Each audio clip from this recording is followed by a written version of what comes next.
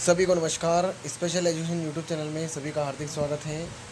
तो 7th पे commission नई खबर आप देख रहे हैं कि नई खुशखबरी 50% डीए सभी कर्मचारियों को मिलेगा फ़ायदा।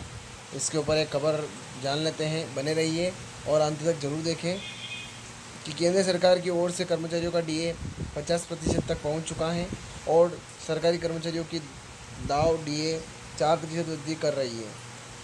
जानकारी के अनुसार ब्यूरो द्वारा महंगाई भत्ते पर महंगाई से राहत के वृद्धि के लिए सरकार की ओर से नई घोषणा करी गई है, जहां सभी देश भर के लाखों कर्मचारी राहत मिलने वाली है। नई जानकारी के अनुसार इस विकास के माध्यम से 49,80,000 केंद्र सरकारी कर्मचारी और 67,95,000 पेंशन भोगियों को लाभ मिलने वाला है और यह व्यक्तियों और व्यापक आर्थिक महत्वपूर्ण है। राजकोष पर संयुक्त प्रभाव पर्याप्त मात्रा में उपलब्ध है। आगे इसमें ये प्राप्त जानकारी के अनुसार सरकारी कर्मचारियों को 1 मई 2024 से अधिक पहुंच गया है। इसके साथ ही नियमित वेतन का 46% से बढ़कर 50% हो सकता है। वहीं पर 7वें वेतन आयोग की ओर से वेतन संरचना में आपकी स्थिति के आधार पर लाभ दिया जाता है। इसके तहत किसी प्रकार का बोनस या विशेष भुगतान शामिल नहीं है। इसके माध्यम से अतिरिक्त पैसा जीवन यापन की लागत सामान्य वेतन के साथ सम्मिलित नहीं है।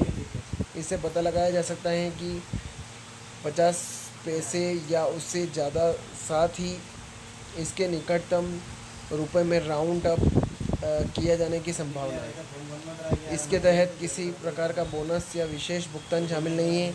इसके माध्यम से अतिरिक्त पैसा जीवन यापन की लागत सामान्य वेतन के साथ सम्मिलित नहीं है।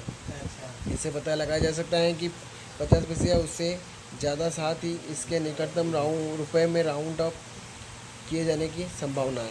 यदि आपके पास 50 पैसे से कम है तो इसके तहत इसे गिना नहीं जाता। यही और जब तक मार्च 2024 का वेतन प्राप्त नहीं हो जाता, डीए बढ़ोतरी से मिलने वाला अतिरिक्त पैसा आपको प्राप्त नहीं होगा। यह दिशा जानकारी उन लोगों के लिए महत्वपूर्ण है जो सेना में कार्यरत हैं। सभी सैनिकों और रेलवे कर्मचारियों को ऊपर से अलग अलग निर्देश प्राप्त होता है।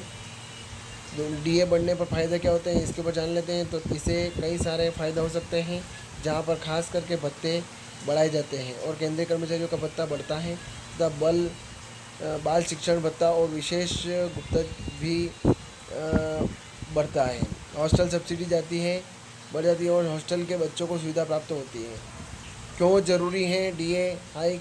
केंद्र सरकार की ओर से कर्मचारियों के डीए में बढ़ोतरी उनके जीवन के लिए प्रमुख लागत की बढ़ोतरी होती है, जहां पर उन्हें हर दिन की ज़रूरत चीज़ खरीदने की सहायता मिलती है और आय से जुड़े हुए अन्य भत्तों का भी लाभ दिया जाता है कि किस वह वित्तीय आपत्ति में सुरक्षा और सुधार कर सकते हैं। मिलने लगे लाभ, तो यदि आपका किसी अन्य स्थान पर स्थानांतरण होता है तो आपको ट्रांसफ़र का भत्ता दिया जाता है। साथ ही सामान को एक स्थान से दूसरे स्थान पहुंचने के लिए एक्स्ट्रा पैसा भी मिलता है और ग्रेजुएट सीलिंग भी बढ़ जाती है। इसके लिए पोशाक भत्ता भी दिया जाता है और विशिष्ट पोशाक के लिए अतिरिक्त शुल्क मिलता है। दैनिक भत्ता भी दिया जाता है और कुल मिलाकर जब डीए 50% तक पहुंच जाता है तब सभी बच्चों को बढ़ाया जाता है और आम लोगों को इससे कई सारे फ़ायदे मिलते हैं। परिवहन के लिए माइलेज भत्ता भी दिया जाता है और ट्रांसपोर्ट के लिए अतिरिक्त पैसा भी मिलता है। केंद्र सरकार के पेंशन भोगियों के लिए पेंशन बढ़ेगी, तो उदाहरण से समझिए, केंद्र सरकार की ओर से पेंशन भोगियों को 36,100 रुपये की मूल पेंशन दी जाती है तथा 40% डीए बराबर इसके तहत 1,660 रुपये मिलेंगे, जहां पर डीआर 50% तक पहुंच जाता है। इसके अनुसार हर महीने 18,050 रुपये मिलने वाले हैं। यह बढ़ोतरी के माध्यम से पेंशन में आप अपने जीवन के खर्चे चलाते हैं और आर्थिक सहायता बढ़ जाती है। तो ये खबर थी, ज़्यादा से ज़्यादा शेयर करें और आप मेरे चैनल पर नए हैं तो चैनल को सब्सक्राइब ज़रूर करें। जय हिंद, जय भारत।